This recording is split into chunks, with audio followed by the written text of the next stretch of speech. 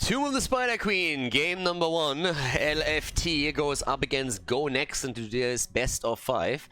This should be a pretty hot topic match, honestly. Go Next getting better and better, starting to move away from the bottom spot of the standings here in Division S, and at the same time LFT is obviously trying to attack the top 4. It's a little bit difficult for them lately. But this series is apparently also a bit spicy because there was a bit of a I don't know what you call it controversy or something, but apparently there were a little bit of harsh words the last time they played where Go Next was called out a little bit. It's like, before you say anything, maybe win a series, and I guess that's exactly what they're going to try and do today. So we'll see how this works out. It's still Division S, it's going to be fun, it's going to be good. We had a lot of great games recently, and we're starting off with Tomb, which is a pretty good map actually to start things off with, so I'm looking forward to that. With this, we have LFT with a ban on Maiev. Ana is banned out. Dibbles is banned out. Now, of course, the big question. First of all, Zeratul. What are we going to get rid of this time? The Diablo ban makes also sense. Again, Masquerade on the front line for LFT has played some amazing Diablo games. Not the only hero they can play. We've seen him a lot, actually, on Garrosh, too. But still, with that now banned, we have Zeratul open. So it's a possibility, at least, especially in the combo with Jaina. But first of all, we're getting Hanzo. Kelvin with Hanzo right away. And yeah, let's see, what is LFT gonna do? Are we gonna see them take advantage? Yeah, there's the Jaina pick. And the Garrosh that I just pointed out too. Garrosh and Jaina taken right away. And there's the Tyrael on the other side. Wait with Tyrael, pretty solid Tyrael player, and obviously the Sanctification can ruin the Ring of Frost Dreams if Jaina opts to pick into that. But with Hanzo on the board and also heroes like Malfurion, a water elemental is definitely going to give you value as well. Malfurion is coming in.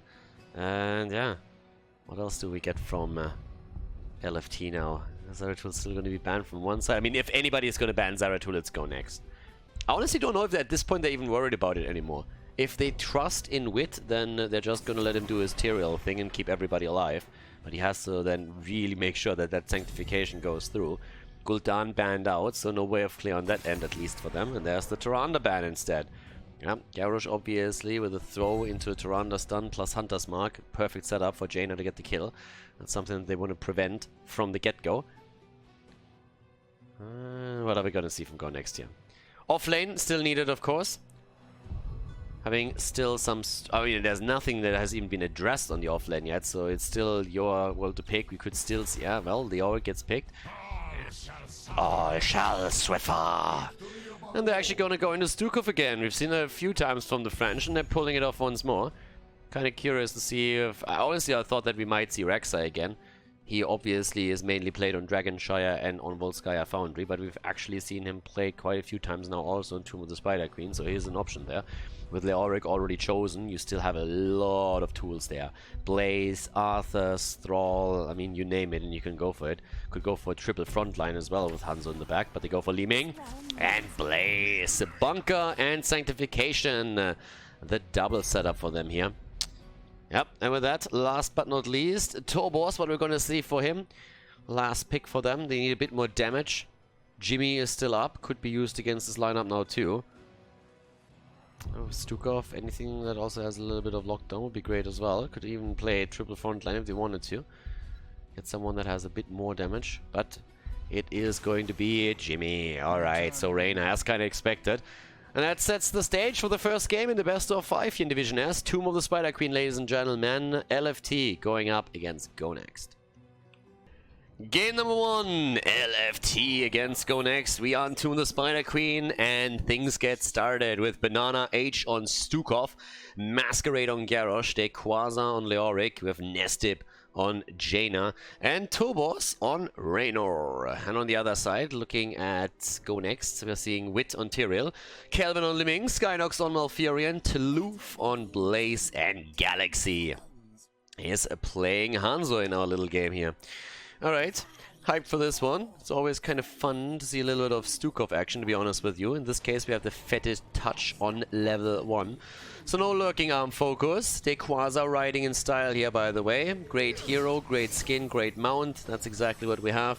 Quasar on his Leoric. The Janna is going to try and take out the trash here in this game right now. And well, there we go already. Swiffer to the face right there, trying to clean that smile off Whip's face. Didn't quite work out. Instead, Masquerade was actually suffering. And that's the start for Go Next. Yeah, they're coming out swinging these days.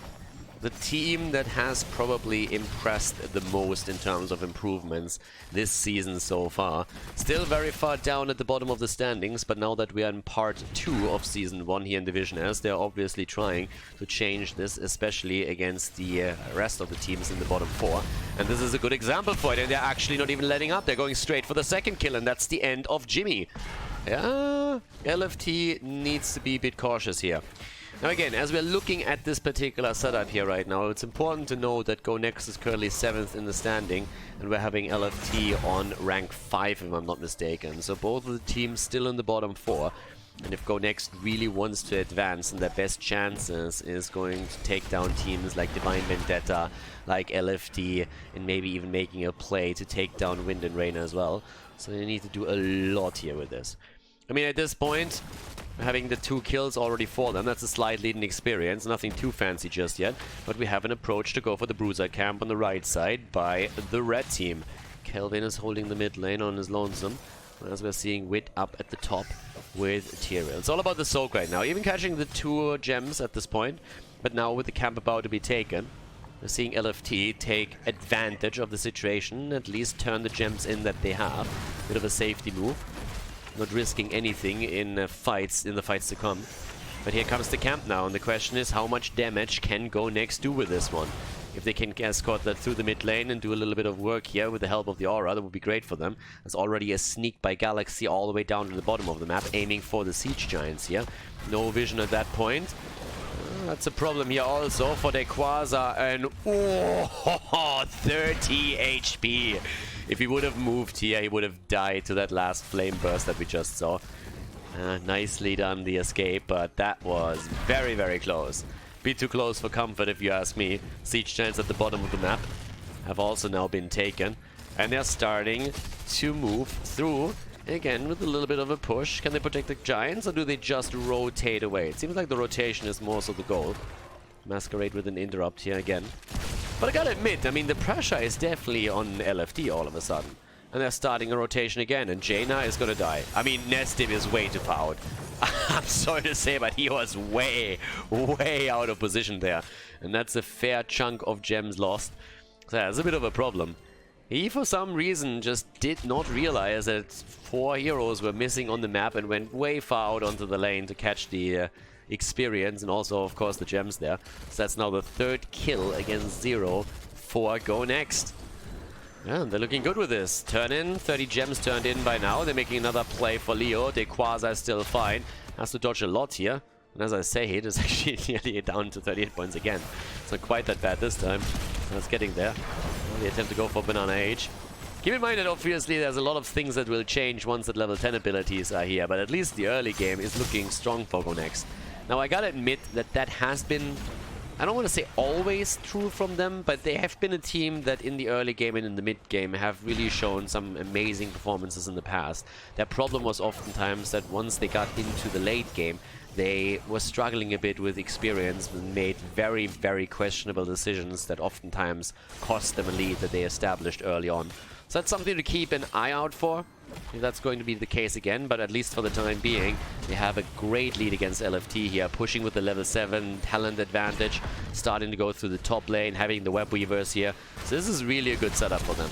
And especially at the top lane, Masquerade is again eliminated. Another kill against him. Leo at the bot lane is also suffering a bit, and even Banana H on his Stukov is starting to struggle. So now the level 7 abilities are there, but Go Next is definitely starting to take a significant lead. They're actually trying to make the play for Nestib even, and they're already pushing for the fort itself. Reyna is still in the middle, and here comes another kill. Down she goes. Quick move onto Jaina, and that's the end of her. A few of those gems are at least picked up by Banana H, actually nearly all of them. But the problem is obviously still the same. You're a level behind right now. Down to the bottom of the map, Toulouse is safe after he was attacked here. But they're looking good. They broke through the wall at the bot lane. They broke through the wall up at the top. Took a lot of hit points off the fort too. And Go Next definitely with a very good start into this. They still have quite a few gems. They don't quite have the amount that they need to get another turn in. But we definitely do have enough for LFT. So they're going to try and get their own Web Weaver wave now.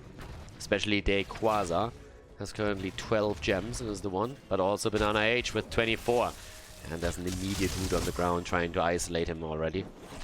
The problem obviously is level 10. Once that level 10 is ready, it is going to become dicey for LFT. If at any point right now, Go Next is able to delay the turn-in of the blue team until they have level 10, they have a very good shot of either forcing a fight or denying the turn-in and maybe getting another one for themselves.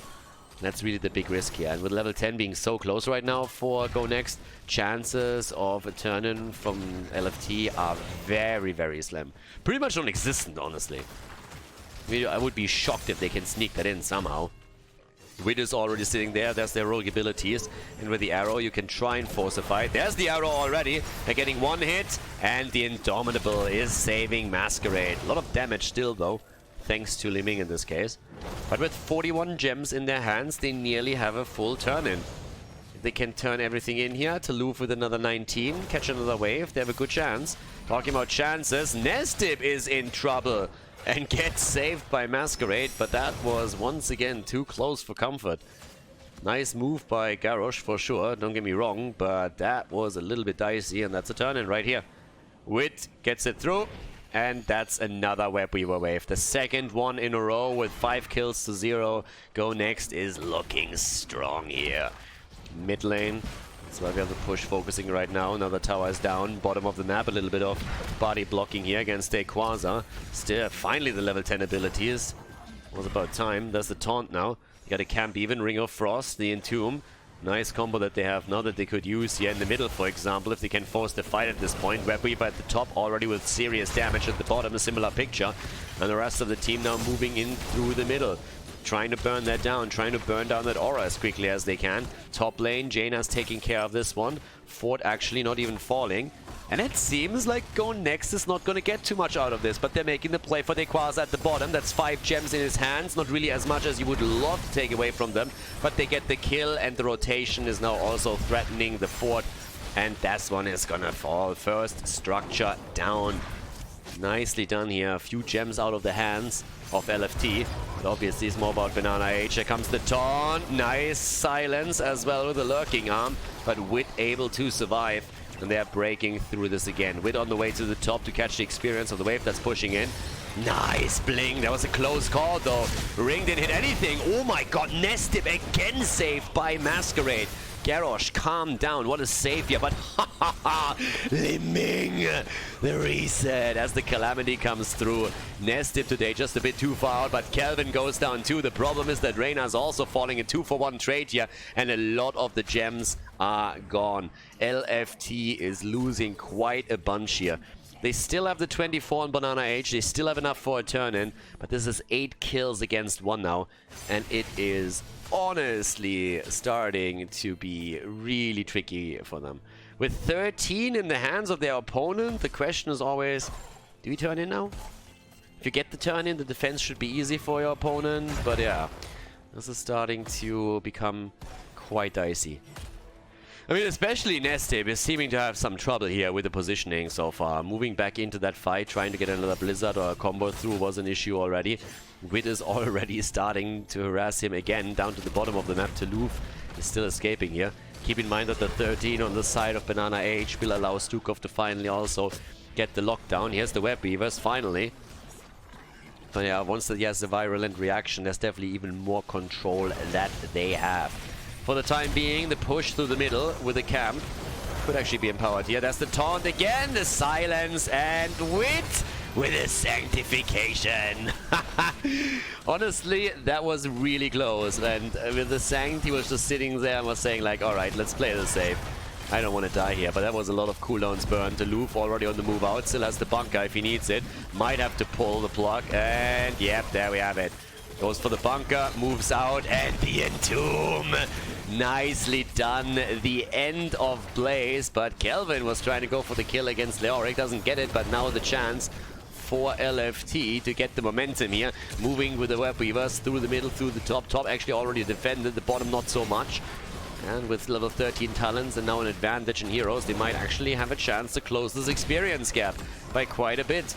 I was lying at the top lane, the Web Weaver is still in play. Galaxy here, still doing his thing, not even catching the XP or the...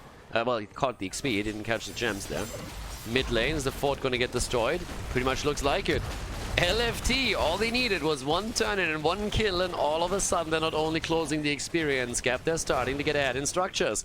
Nicely done by them. Fort at the top, Fort at the bottom are all in trouble. Wits needs to be careful. Has 23 right now. Tobos is aiming on him already. In comes the hit. And Taloof with a stun. The body blocks the ring. The kill against Blaze. And it's again Masquerade with a quick save. Calm the fuck down, Kelvin, please. In comes Liming with a quick double kill. 41 gems now in Masquerade, but they get another one against Leoric, and that's a lot of gems down the drain now. 43 gems left for them, but they don't even have another turn in, whereas Go Next still has 69 in their hands. It was a quick setback. Honestly, after we saw the kill against Blaze initially and then the big push on the structures, it seemed like LFT was able to get back into this. But then that quick triple kill that we just experienced with all the gems that they lost, that's definitely a bit of a setup. And now we have 16 and we have a potential turn-in. And yep, that turn-in is going to become a reality quickly. Wit with another turn at the top, and that's the Web Weavers coming down once again. But yeah, damn son. What do we have in damage actually right now? Let's take a quick look at Liming in particular. 36,000. Ahead of Hanzo, ahead of Jimmy, ahead of everybody else. And that's already structures taken down without the help of the Web Weavers. And this is really now starting to go to that late game that we talked about earlier, where oftentimes Go Next is struggling, where they are a bit too hesitant, where they don't get enough value. You need to try and pull that out this time, especially with the 16 advantage. You would expect them to try and make a play for the keep here. And they really should, to be honest with you. So at this point, we're making the plays. They have the talent advantage, they have the Web Weavers, they can be aggressive around this. Leo isn't even here yet either. So there's definitely a lot of opportunity to try and go for those kills. They need to, they honestly need to. Wit is already moving in, there comes the arrow. They're trying to make the play for Garrosh. Indomitable already being used, Web Weaver still in play. Kiwi's losing hit points quickly, and LFT still defending. Leo was in the middle trying to get the experience for them, but is now coming in, and Nestip is down. Hanzo with a quick kill here once again as Jaina falls once more, and there's the destruction of the keep completed. They still have the talent advantage. They're even moving back, could go for boss here even. And I honestly expect them to go for that. They have vision in the mid lane of Leoric and of Stukov. There's nothing that can really challenge them right now. They go for the boss quickly with Hanzo. It is still a 5 versus 4, and without Jaina, I do not think there's a chance. Masquerade is already sitting there. Wit is trying to create a little bit of space for the rest of his team, and they go for the boss. They take it, and that fight is something that LFT doesn't want to take, but they still do it. I don't know why. God knows why they went for that battle in the 4 versus 5, and the boss was already taken. That's 42 gems down the drain, and that was the ticket back into this map. I do not think that they have a chance here anymore. With that little move, they might have just cost themselves any hopes of getting back into this. Here comes the ring, doesn't connect with anything. The arrow! Oh, he just came back into the game, and he is dead again. Again, he came, he saw, and he died. Nestib with death number 7 here on Tomb of the Spider Queen, as we are seeing Go Next mercilessly push onto the core.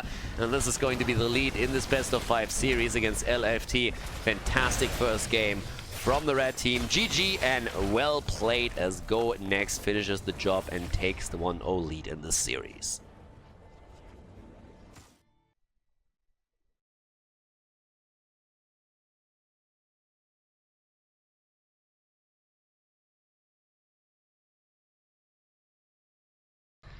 Game number 2, Cursed Hollow, ladies and gentlemen. LFT against Go Next, and I gotta admit, Go Next looked good on the first map. Very well coordinated, and LFT was lacking some coordination there. A little bit of a weird positioning occasionally from Jaina.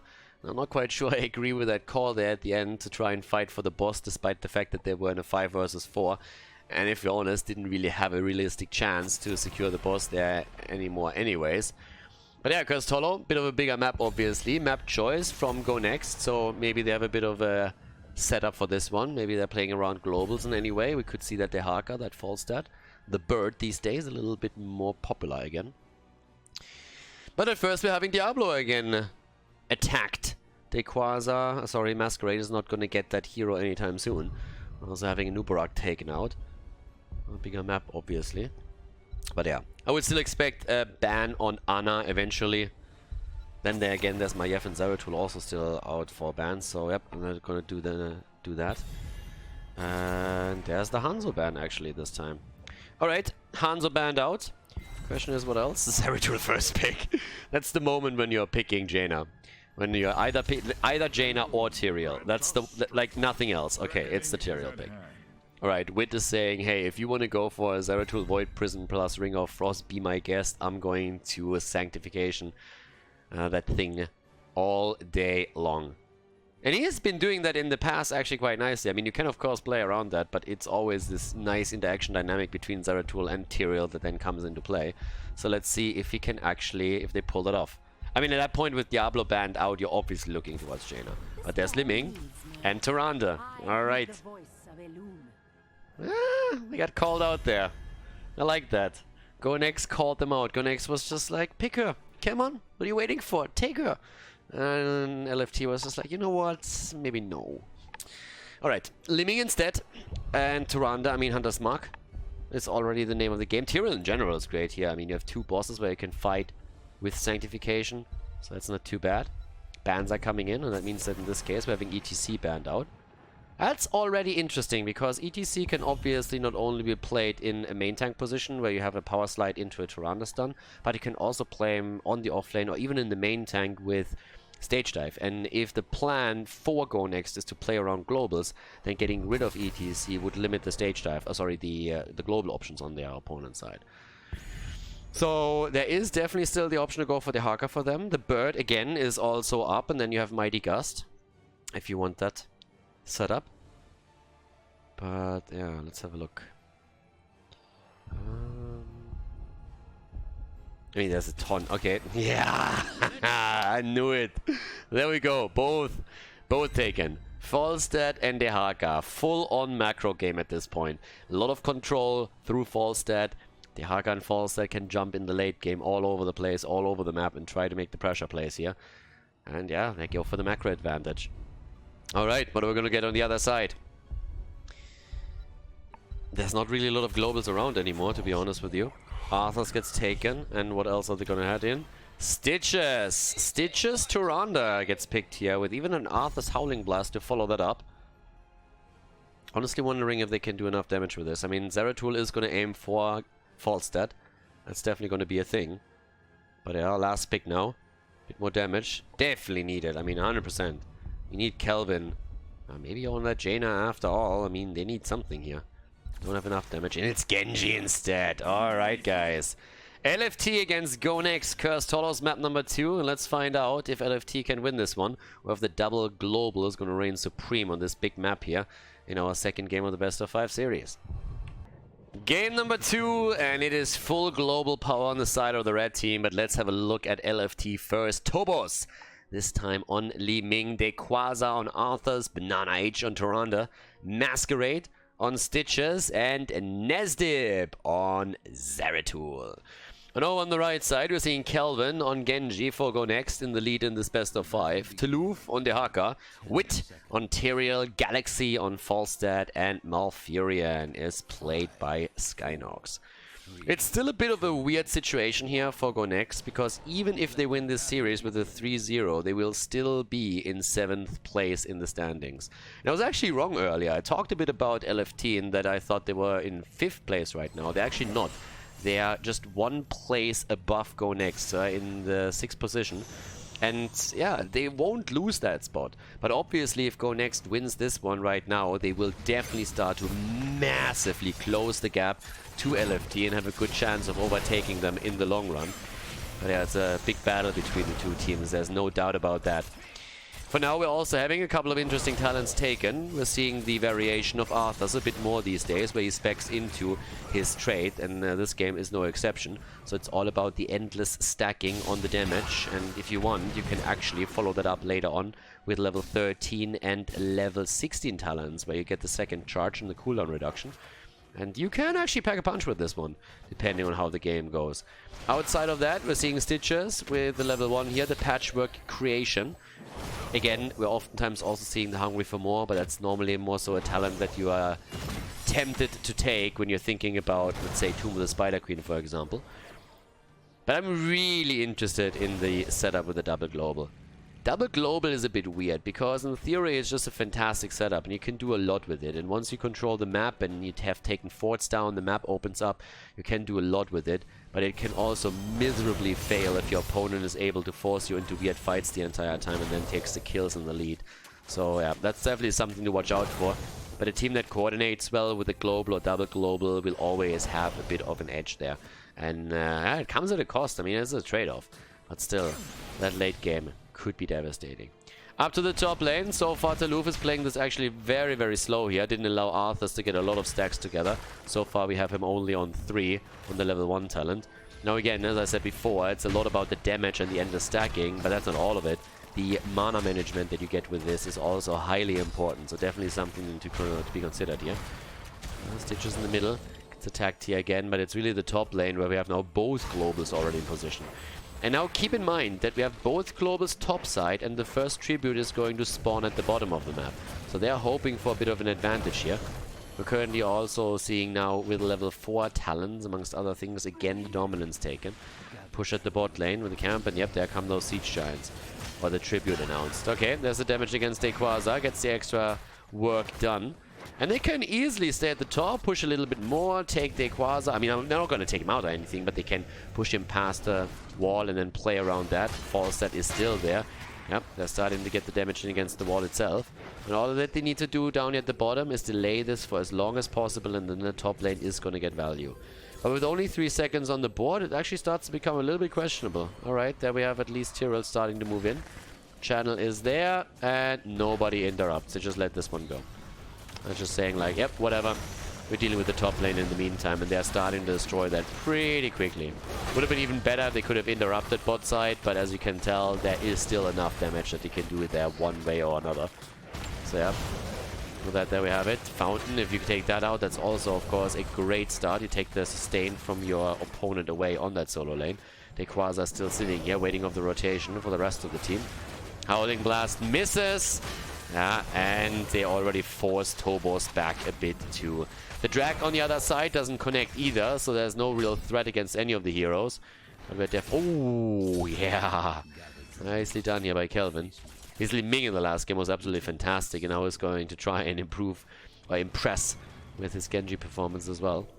Now, the tribute was let go, but it definitely came at a cost for LFT. They lost the entire wall topside and the fountain, and it always hurts. Now the level 7 talents are ready for both of them. 8 stacks, by the way, on Arthur, so he's slowly starting to get this completed. Up to the top, we're still having a bit of a exchange in damage down here, where the next tribute is spawning, and from that position, Go Next is going to attempt to even out the score in tributes. The problem is wit is already incredibly low here. So try and get out of this one. Misses. Nicely done. Masquerade. Hook gets juked. And now the rest of the team is moving in. Rayquaza with the move completes also his baseline. Again, he can still stack it. That's at least the quest reward already gotten for them. Rayquaza comes in once more. Wit has to let this one go. Dehaka is still topside. And they're trying to get a good position here. Dehaka is coming in, is looking for the drag and doesn't find it. Dodges the stun though with a quick burrow. Nicely done by him. Skynox still split from the team, but the hook misses him. Masquerade can't connect it here, and the tribute is taken. Another attempt, and this time it connects. But we're also seeing the Celestial Attunement coming through. And the Globals still doing their work. Top lane heavily attacked. Genji on the way down to the bottom. The mobility on the hero is one of the reasons that we have him here. But, yep, that's a decent setup here for sure on the side of Go Next. Slight lead. Already able to get a couple of additional hits in also with the Wingman, which is, of course, going to increase that power output of his too. But there's not a single kill in the game yet. And honestly, I don't really expect a game that is too kill heavy, because Go Next is going to be reluctant to fight if they can just play around the objective and the global pressure. And they're going to try and do that again as now Tribute number 3 spawns, because it's already bottom left. If they can just keep someone in the vicinity to poke a little bit and interrupt the channels, they might get the value from the Haka again. They're really working on these small advantages, but it's going to take them some time. Problem is, level 10 is so close for them that we actually might see LFT in a position where they have to let it go. Where they can't even go for it. Where they have to absolutely just let that slide and say, guys, we can't fight. We just don't... It's a small window. I mean, look at this. This is half a level. This is nothing. But it might just be enough to get the kill. I'm talking about the kill. They're going for that. And yeah, getting it. Nicely done. The kill is in. Here comes the channel. Turbos, maybe with one interrupt. Can't really go out too far here. And decides against the move. So that's the Tribute, and they're making the play for maybe even the boss. Nah, Zeratul was already around. But they have a lot of control over that boss pit. Not only do they have the Twilight Dream, but we're also looking at Isolation, which is always great if someone jumps into that point. But more importantly is obviously the Mighty Gust, and in addition to that, the quick attempt with the Sanctification to secure the position here. But now the Void Prison is up, and now with the level 10 abilities, maybe the time for LFT is finally on. They can start to pull something off here.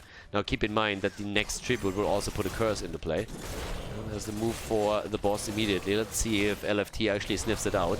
I don't think they can make the rotation in time, but they might go for their own boss. But as it stands, they're trying to make the rotation. 4 heroes rotating in. Li-Ming is a little bit late. I don't think they can make this. Can they? Wit needs to be very careful right now. Gets hooked, drops the Sanctification early, not on the boss pit. And here comes the contest, but the attempt with a VP to take it after the Mighty Gust pushes them back. That's going to be the big boy fight right here. Already Falsa trying to get out. Skynox is low. The kill against Zeratul on the other hand. But they're all falling. Down goes Tyrael. Malf goes down to the explosion of Tyrael. The Haka alive for a little bit longer. Kelvin looking for the reset, but doesn't find it. Arthur's down. And who is taking that bloody boss? And 3 versus 2, but the bird is down. Can they? No! They go for Duranta. They're still fighting the hook, kill, and masquerade against Stitches. What a slaughter! Everybody is down except for the Haka. Teluf, the king of the fight, the only survivor. And now he even goes for the Tribute. Can it get it before Zeratul is here? Where's the blink? Where's the cleave? He doesn't get it. The curse is there. It's an absolute disaster. Oh my god, LFT, they put everything onto one card and they failed. Oh my god, 6 kills against 4. What a fight. Holy macaroni. And now the boss taking the top, the Haka at the bottom, they're pushing through the middle. What an absolute setup there. Carnage everywhere, a bloodbath, turning Cursed Hollow into a graveyard. That was insane. That was nearly a full game wipe here. Bot lane, boss is getting attacked already. Every single fort is already down and they want boss number 2. Falset is already moving over. The ults are back, and now with the talent advantage and the Sanctification back to business, they can make the move here. That was insanity. I mean, seriously. Quasar is checking this out, but yep, you can look, but you can't touch, baby. There we go. Trying to maybe even make the play for him now as they're sliding in again. Curse is about to drop, but they are going for the bottom keep right now. The momentum in the hands of Go Next as they are starting to move in for a big early advantage.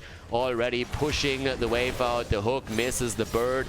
No chicken for dinner today, at least not now. Galaxy is still alive.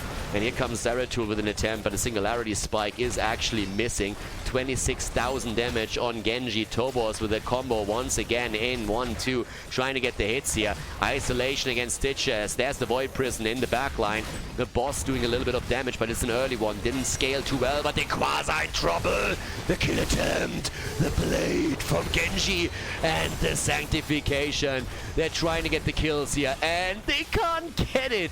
They can't get the kill against Quasar. The wave of force comes out. The keep is still there. The Gust Wit is dead and tries to get the explosion against the keep, but even that doesn't take it down. Haka is also eliminated, and that's 6 kills against 6, but still a level lead for the red team. What a game! Skynox nearly pushed back by Liming as we are seeing the wave of force come through again. But unbelievable, what a setup. Nearly down. Any of the globals could later on take this. But yeah, this is interesting, to say the least. A very interesting game. 6 kills against 6. Massive structural advantage now for the red team. And they're also trying to take down the walls here to eliminate Vision even more. But yeah, guys, at some point, I mean, Galaxy could literally just fly down and take it. Obviously, he would likely die in the attempt, but that's one of those moves where you can definitely call worth. Bosses down for another, how many minutes? For another 1 minute and 40 seconds. Alright, 16 talents are nearly there. But holy cow, that game is honestly pretty nuts, pretty bonkers here.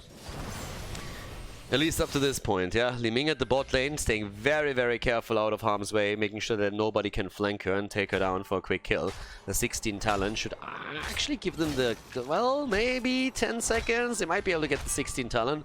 I was just about to say, it should give Go Next the opportunity to go for the tribute, but maybe not quite, because that should be enough time for the 16 versus 16 talent. The Hakas again pushing the top. And now that the map is open, actually, now that the forts are gone, at least on one side, we are all of a sudden talking seriously about the attempt to just use those globals and push the lanes. 16 hasn't dropped yet, so it's a free tribute for the red team. Go Next has at least this one. But yeah, now the bird is going to push the bottom with the rest of the team. Up to the top, we're seeing the Haka. In comes Genji, a little bit of damage. Swift strike away, gets the heal. 4 versus 4. Yeah, there's the Mighty Gust. There's also, at the same time, the Void Prison. The Haka, what is he going to do? Howling Blast, Sanctification, Twilight Dream. What a setup again. But Kelvin is incredibly low. And Malfurion is already dead. The Haka came in. Wit is going to sacrifice himself here, as it seems. And yep, indeed he does. He's going to burn down the wave pretty quickly with the explosion. And they didn't even get it. Still falls out at the top though. He rotated back in. A little bit of pressure here in the middle as well. They're just trying to cancel around them right now. That's currently what they are going to try and do here.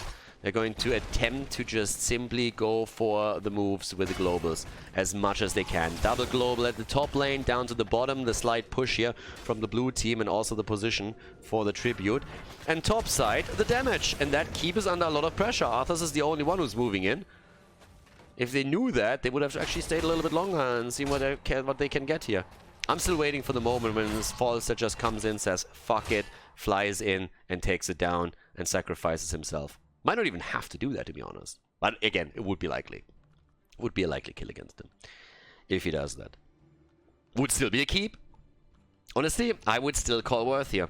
If you fly in with Falster there and try and take that, you might be able to Hearthstone back, but even if you don't, that's constant catapults through the bot lane. Might be worth it. But the longer the game lasts, obviously, the... Taloof! Yeah, the longer the game lasts, obviously, you're a bit more in trouble. Ah, look at that. He's actually starting to go in. He's trying to move in cautiously. Is in vision right now. Alright, barrel roll forward, gets the shield, gets the hit, and is about to fly out, I'd say. Doesn't even have to. They have the vision in the mid lane. So Galaxy pulls it off. Didn't even use the global. Could have made it a little bit more flashy here, if you ask me. But he's actually taking the wave. And again, constant catapults now through the bot lane. Problem is that we're also having a curse about to head in favor of LFT if they get the tribute here. Now, this game is by no means over just yet, but the advantage of Go Next can definitely not be denied. Might even let this one go, to be absolutely honest with you. Yeah, and it seems like they do. They're not going to make the play for it. Masquerade is sitting there. Well, actually, they're making the play for it after all. Wit is already getting hooked over. They Quasar trying to get the setup here. The bird is currently disconnected from the rest of the team as they're starting to move in. Taloof needs to be careful. Gets the burrow in. Nasty. Here comes the quick move from Falstad with the Mighty Gust, burning the cooldown, obviously. The hook against Taloof again. The Arca still on the move, gets the drag. Isolation is in there as well. And the Twilight Dream against 2. The Blade, Genji, but the VP and the Haka is down. Nesdip survives on the Zeratul. Already the Sanctification is in again. Malfurion is still falling and they can't get the kill against Zeratul. Finally do. Kelvin is trying to get away, is actually not hit. dodges everything. Still a 2-for-1 in favor of LFT. And they get the curse just in time as the catapults are starting to pull the pressure towards the bot lane and take down that fort. And at the same time, topside boss is immediately attacked. Immediately trying to remove it from the map here as an option. But yeah, they're obviously missing some experience here through those minion waves that they're never going to catch. But Falstad with a quick attempt to get a bit more value. Flying out now too. Boss on the other hand taken. They take one. They might take the second one as well. That's going to hurt the top lane a lot. But we're still having a little bit of counter pressure here thanks to those siege giants. They're going to delay everything. Level 20 also any second now in the hands of Go Next. 10 kills against 7 on the other hand. They are ahead. They are ahead in kills when it comes to that. Still a level behind, but the boss of the bot lane gets now attacked. And with a double global, you're not guaranteed that you can make that play. There's already Wit just looking to see what's happening over here. Takes a quick look, moves away, says like, no boys, they're not going for it. They're not going for boss number 2, we're still golden.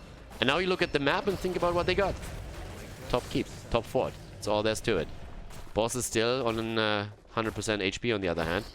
Vision is taken at the top side now too by Falstad again, but yep, that boss is not going to go for the, is not going to get the keep. And they have to be a bit careful at this point. The bird is always starting. This is really where the globals are starting to gain more and more value, especially with the epic mount already taken for Falstad. He's going to be in a great position to just zip around, jump top, jump bottom, and try and pressure this keep in particular a little bit more. Already flying down here, trying to get the gust in. They get it. Void Prison, but the kill against Zeratul immediately falls. That gets punished for it on the other hand. But they're making the play for Tyrande, and she's down. Genji with a quick kill. The Sanctification is out, and Malfurion is dead again. A 2-for-2 at this point. The isolation is in play. They're making their fight happen, and here comes that dragon becomes me value once again. Another kill, and this time it's living down. No more resets for you, baby. And they get Arthur's too, trying to make the play for Masquerade, and he should fall. Can he take someone with him? No, he cannot. 3 heroes still alive, and I honestly don't think they can core. They're all low, and the support is down. They're gonna try. Well, at this point, I'm questioning the decision a little bit. Can they actually pull this off? Do they have the HP? They get the catapults in? Would it be smarter to just go for the keeps? And yep, I'm totally wrong here. They can easily take that, underestimating the shield value from Tyrael, and as of course the waves are pushing in, they have more than enough to take the core and taking the game. The series, the 2-0 lead for Go Next in the best of 5 here in Division S.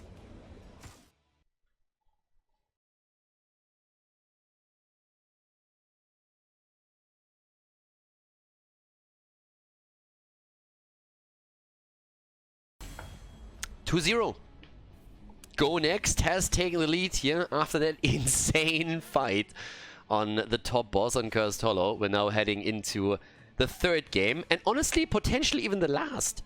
I mean, Go Next has a 2-0 lead, so LFT needs to dig deep and start the reverse sweep here if they want to have a chance to come back into this. Question is, can they?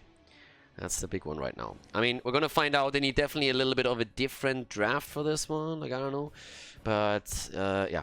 Go Next. The Tyrael ban. Like, alright, we're done with this. We're done with this. You got your Tyrael twice. And, yeah, this time it's not going to happen. Okay, so with that, what are we going to have? Again, the Diablo ban. Masquerade gets target banned. Wit gets target banned at this point. It feels like this series is centering more and more around the tanks here. Okay. So, what are we going to see? I guess Maiev will be banned out again by them. At least, nah, Nubarak. Okay, they have first pick, so they could pick Maiev if it's not banned out now by Go Next. That's definitely an option. But yeah. Zeratul is up too. Garrosh gets banned. They're really targeting the front line at this point. I mean, look at this. We have 4 tanks banned. And all of a sudden it's like, Maiev, Zeratul, they could pick the other one? Like, not so sure anymore. I mean, if you pick Maiev, they pick Zeratul and Jaina, and all of a sudden you have the combo against you, and you don't have the Tyrael with Sanctification to play around it. This is actually starting to become really interesting. It's a game of chicken. Who blinks first? There's the Maiev. Are we going to see the Zeratul and Jaina pick now? Or are they going to throw a tank in right here at the start as well? Wit is pretty versatile on his tanks too, to be honest with you. Alright. The mind games, guys. The mind games. Ah, come on. Oh, Li Ming and Ana. Alright, Ana, Li Ming taken. That means that we're still having at least Jaina up for LFT if they want her again. That being said, the one time they picked Jaina on Tomb of the Spider Queen, I've seen better communication than what happened in that game. Tracer and Malfurion. Alright. Tracer time. Tracer time in game 3. Is that going to be the savior? Is Tracer as the cavalry going to bring it here? We've seen a Varian the other day against Tracer. I'm just saying. No predictions here. But you have an Ana and Li Ming on the other side. You could go Varian. If you really feel you don't need the wave clear in this case and that you just deal with Tracer, that's an option. Jesus Christ, the tank focus is insane right now, and it makes sense. I mean, they ban the tanks out, they know they have the next 2 picks, so they have the options here, but they are really starting to limit what LFT can put out. I mean, Muradin is still up, Johanna is still up. It's not like there are no tanks left, don't get me wrong, there's plenty. But most of the common picks have now been eliminated. So, yeah. What are we gonna have from them?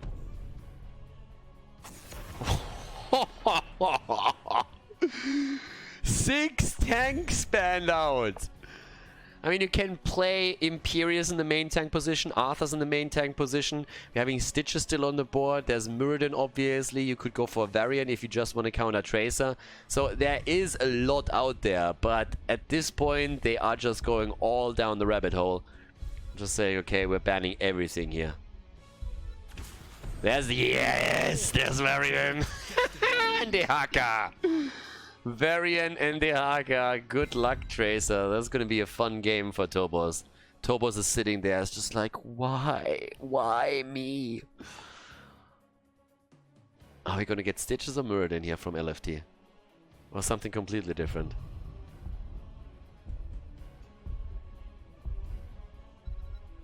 What's it gonna be? I don't really... Yeah, both will be okay. Arthur's and Stitches. That is actually a little bit reminiscent, at least at the front line from the last game. Alright. Arthur's and Stitches again in play. Tracer set up with Maiev here. And on the other side, we still need a bit more damage for them. I mean, Jimmy is up. You have a lot actually still up there that you could pick. But yeah, what's it gonna be? Bit of decent auto attacks that they could get here. Zeratul! Good luck, Tracer. Have fun, Tobos.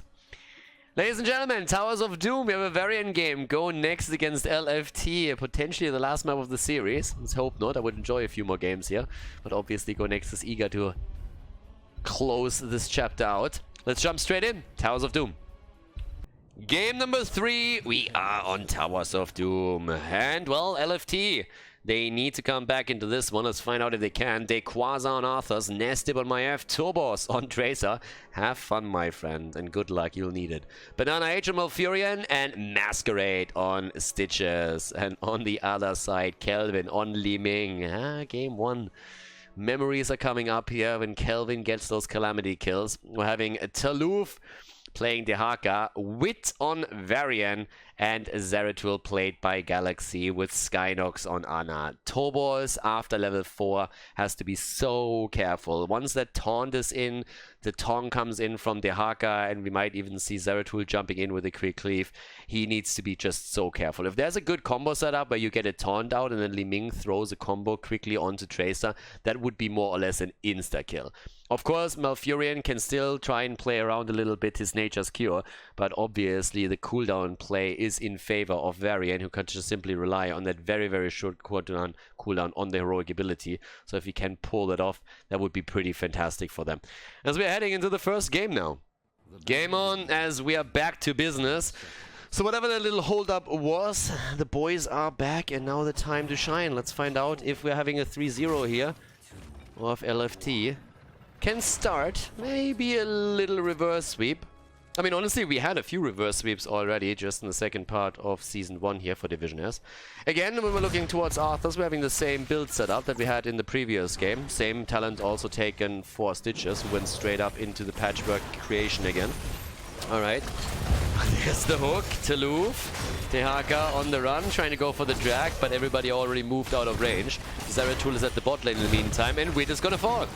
Wit is dying. Interestingly enough, he was killed by the archer minion. There's 5 heroes around him, and he is taken down by the archer minion. That's a little bit weird.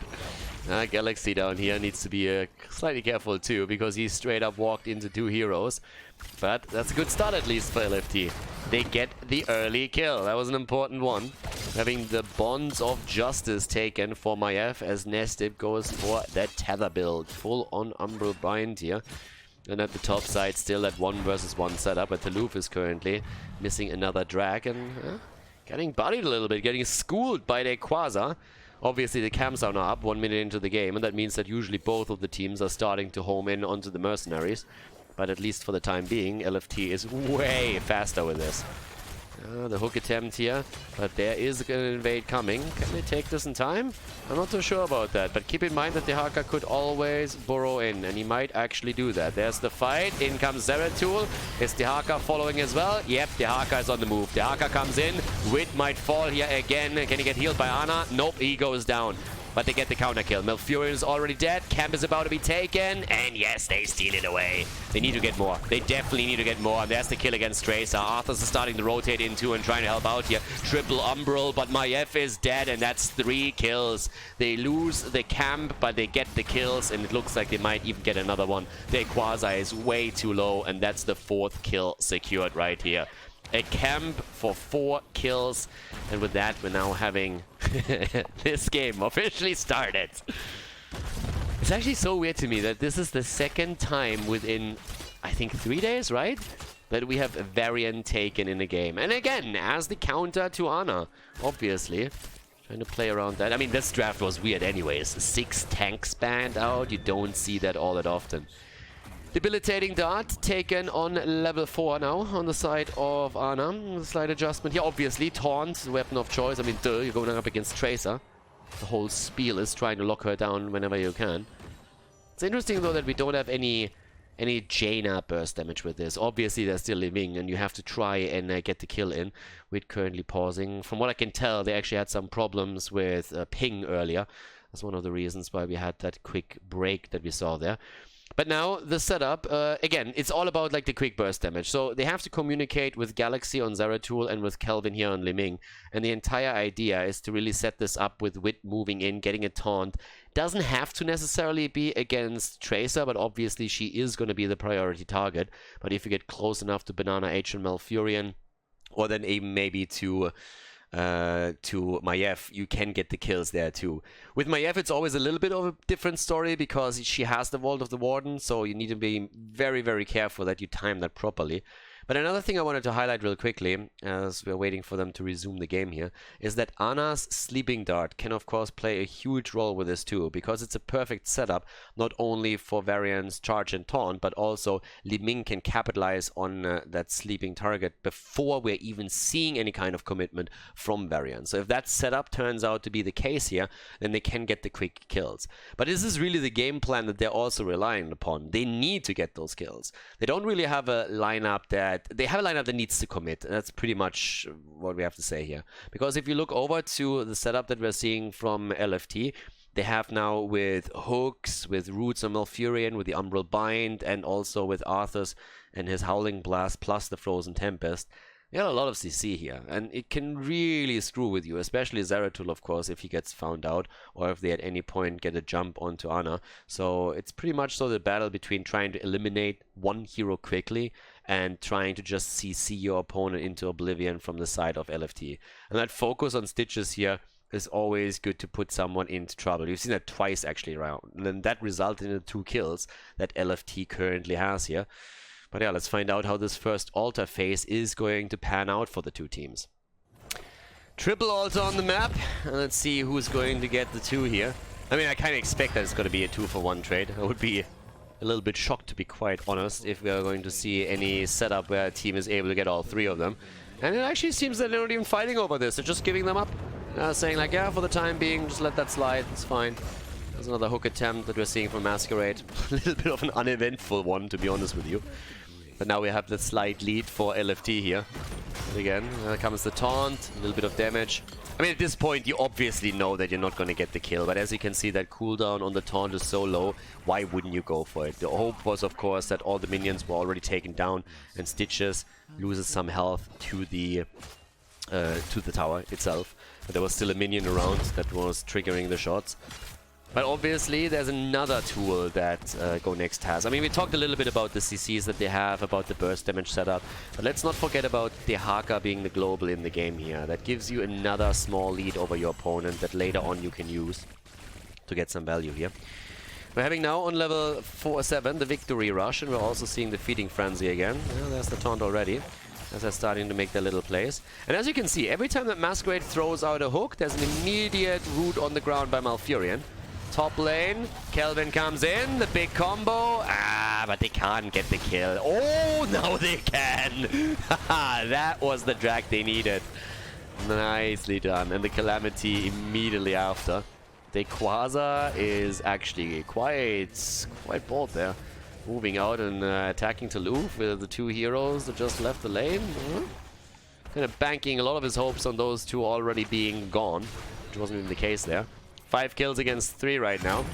And we're having at the bottom of the map the next altar spawning, and obviously this is going to be more of a fight now. At least they're starting to secure the area here. Kelvin is already waiting at the side. Banana H moving in. Uh-oh, not double checking everything here. Combo is missing. There's the taunt a little bit too late, and the kill against Leeming. They nearly get Banana H, but that definitely was not well coordinated. Aloof is still trying to get the kill here. Can he get the setup? No, he misses it. And now he himself might be in trouble. And yep, looks like he's going to fall there. No, maybe not. Toulouse still on the run. The rest of the team is starting to move in though. Howling Blast would end him. The hook and the kill. The coordination wasn't there for Go Next. It actually started off well with a good taunt from Wit, but the problem is that Li Ming already used the combo beforehand. Then they were trying to get a quick kill with the Calamity. That didn't come in either. So that was them panicking around this a little bit too much. They have to play this a little bit calmer if they really want to get those kills in. But right now they lose another camp, another pumpkin camp. And they have also lost the altar itself. Now it's 28 against 36 points on that core. Wit tethered in again. Might be in trouble. Ana with a heal, but it's not enough. They're too far out. They're just playing this too risky right now. Too many mistakes here from Go Next this time. Definitely suffering also a little bit from these pauses that interrupt the game here the entire time. As I said before, it seems that we're having some problems on the side of Go Next when it comes to pings. That's at least what we gleaned so far from the issues during the breaks. And they're currently also experiencing, of course, a disadvantage in XP, which means that they are down a talent. And that is the Storm talent. Not for much longer. I mean, it is a short gap that we have between the 2. But there's already the attempt to capitalize on it. Kelvin gets attacked. Still survives, though. Nicely done here by Nestip, but this is going to be a bell tower. Yep. LFT taking it. Global at the top side. Gets a bit of counter value, but just not enough at this point in time. So now we're having level 10 abilities on both sides. But the question still is, how much can LFT hold on, or how much longer can they hold on to that advantage at the bottom of the map? And when are we going to see the commitment? Talking commitment, they're already trying to move in to burn this out. Cutting their path of retreat off a little bit. Obviously, Maiev is now coming in too. So it's a 4 versus 4 in a second. Dehaka could still move down and will have to eventually. It's all about the taunt at this point. Kelvin, hook is going to come out in a moment, I guess. Masquerade could definitely wait for that. Dehaka is getting value topside, but tunnels down now. Quasar coming in from behind with his Arthurs. There's the setup again. Wait, when is the taunt? When is the taunt? Where's the combo? That's the only question right now. They're looking for it. They're looking for Tracer. They're looking for the kill. But here comes the cage first, and they're going straight for the fight. And there's already the boy prison in the backline. Turbo's down. Li Ming also eliminated 2 of the damage dealers. Dust, and Ana is about to fall. Gets eliminated here. Zeratul dies too, and that's now 3 down. That's 4 down. That's going to be a 5-man team wipe right there. As we have LFT with 10 kills against 6 and another altar channel. That's 5 shots off the core. The French team definitely gaining momentum in game number 3. telling them right away, we are not going to lose this series without taking a single map. That is definitely not going to happen here. Quasar struggling with the talent completion on level 1. Currently sitting at 9 stacks only. Doesn't even get the quest reward. We're already 9 minutes and 20 seconds into the game here. It's a bit of a weird one. It started with a weird draft and weird bans, and now the gameplay is pretty much mirroring that too. Galaxy obviously is hoping for the late game with Zeratul so that he gets the value out of those picks. The hook attempt, but a bit too short. No 16 yet, so he can't go for the long distance. Here comes the 13 talent advantage on the other hand. But the entire idea of getting a taunt into a kill is so far not really working out for Wit and his boys. Trying it again. Galaxy jumping in, jumping out. Nice pressure at the bottom of the map now against that bell tower. But the same is also true for the opponent. Hook moves in once more. They need to try and burn these downs. They are only on 23 points on the core. Jump in, warm hold out. In comes Quasar from the side. Last one about to fall. Yep, that pumpkin is dust. Wit gets also attacked here, but will still be able to move away. Always moving behind the minions. Masquerade with another attempt to hit that hook, but can't really set it up. And of course, the entire time, Dehaka in the mid lane. In the mid lane, at the top lane, trying to get the experience for his team to get level 13 and make the plays right there. So now with the rotation top side, they're going to get that talent. Hasn't even been picked on Tracer, by the way. Still the attempt to look for a kill there. Ooh, Ana, yeah, needs to be careful here now. But there's the 13 versus 13. And we actually see at this point the mortal strike being committed to.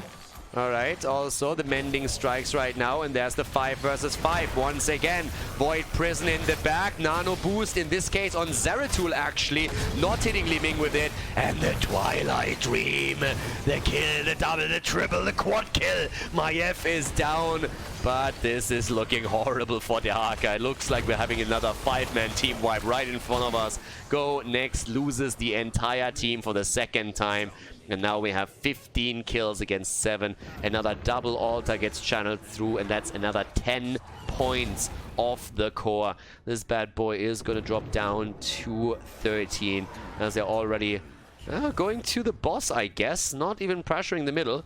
Honestly, I think at this point they could have tried to take a few more structures down. No boss play either. Instead, just playing the safe, getting the experience here at the top side. Bottom is of course going to get reconverted soon. But honestly, it's a little bit of a weird one. If you think how well Go Next coordinated in the first 2 games, this time they have much more trouble here. I mean, you can already tell with those instances where the nano boost hit Zeratul. Li Ming obviously wanted that thing as well. Could have gone for the resets here. But there's a lot of dicey moments. They just never really get that control over Tracer that they wanted. Stitches has the top damage in the entire game, by the way. 24,000 for him. Another attempt, 16 talents obviously ready. Just now taken, and that's a kill of Ana. Yeah, let's just say that Go Next is not looking good in this game. They definitely aren't. And LFT is looking therefore a lot better too. I mean, LFT is currently playing a great game, much better coordinated than what we're seeing from their opponent. And they're obviously trying to get the control of the bell towers again, and with 6 pumpkins moving through, that's a no-brainer right there. So the conversion has already happened. 16 kills against 7. Are we going to see another one? There's the taunt, the bomb, but Wit survives. Oh, Tracer. Getting a little bit sassy here. Tobos, a nice attempt. But now it's a triple altar phase. If you win all 3, game's over. If you win 2 and you take the boss, game's over as well. So this is dangerous now for Go Next. They need to at least take 1 altar. And ideally do a little bit more. If it starts with a kill against Quasar, that would be fantastic. And they're 5-manning that shit right now. Tobos comes in and tries to put a bit of damage onto them. And Quasar actually, is he gone? Oh my god, he actually survives. He just moves out of that. There's the kill against Zeratul, and they're trying to get more. Maiev wasn't even here. She already channeled the bot lane. That's the death of Tracer and Zeratul. Both of them are dead. Maiev is moving around, trying to get a few more of those altars. Quasar about to fall, and he finally dies. Is that the moment when Go Next turns it around? They're trying to. In comes Maiev and says, ooh, look at that, an Ana, a freebie. Cage on the ground, Ana about to go down. That's the end of her. And this should honestly start to be the end of the game here as well if they can get the kill against Kelvin. He is already incredibly low. Only resets and kills with dominance would save him at this point. But it's Dehaka instead who's in trouble. And Dehaka might fall here. Kelvin still firing away. But they're down to 8 points on the core. Nestib with a channel on the left side. Can they still interrupt?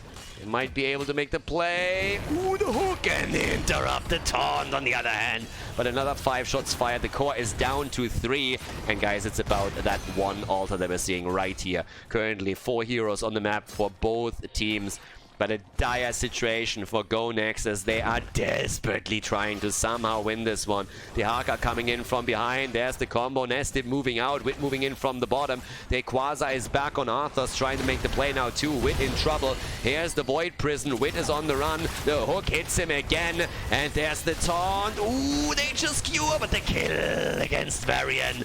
The bomb against Zeratul. And again, they're going in with a kill against Liming. Nicely done by Maiev. She falls as well. But everybody's dead and dying. Zeratul is down and so is Ana, and this is gonna be game.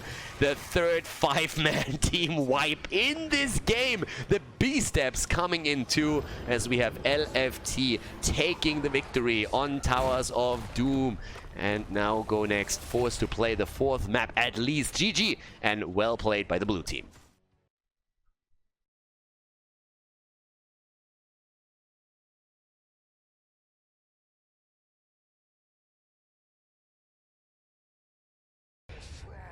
Game number 4.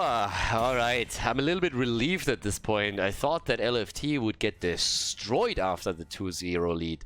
But yep, they kinda caught themselves there a little bit, starting to get some momentum. Question obviously is, how is this going to pan out when we have a more normal draft in this game? It's always the Diablo ban. Again, at this point, Go Next, they did their homework, they looked at this and they're just saying, you know what guys? Against Masquerade, we just ban out Diablo. Every single game we take Diablo out, we're just not going to give him that hero. It's more so understandable since they're now playing on Infernal Shrines, because, I mean, the great hero here. But LFT has also decided that it's time to simply ban out Tyrael. They're just saying, you know what guys, Tyrael, we played twice against you, lost twice. Wit is murdering on that, the Sanctifications are really ruling us. Let's take that hero out. And that is actually impacting the draft quite a bit. If you have already 2 heroes that are set to be banned out, then you're still dealing with Zeratul, you deal with Maiev, you deal with Ana, for example. There's a lot to be banned and first picked. I mean, even Anubarak, for example, is now again an option. So there's a lot really to consider in this setup. And yeah, again, Honor! Honor! Honor!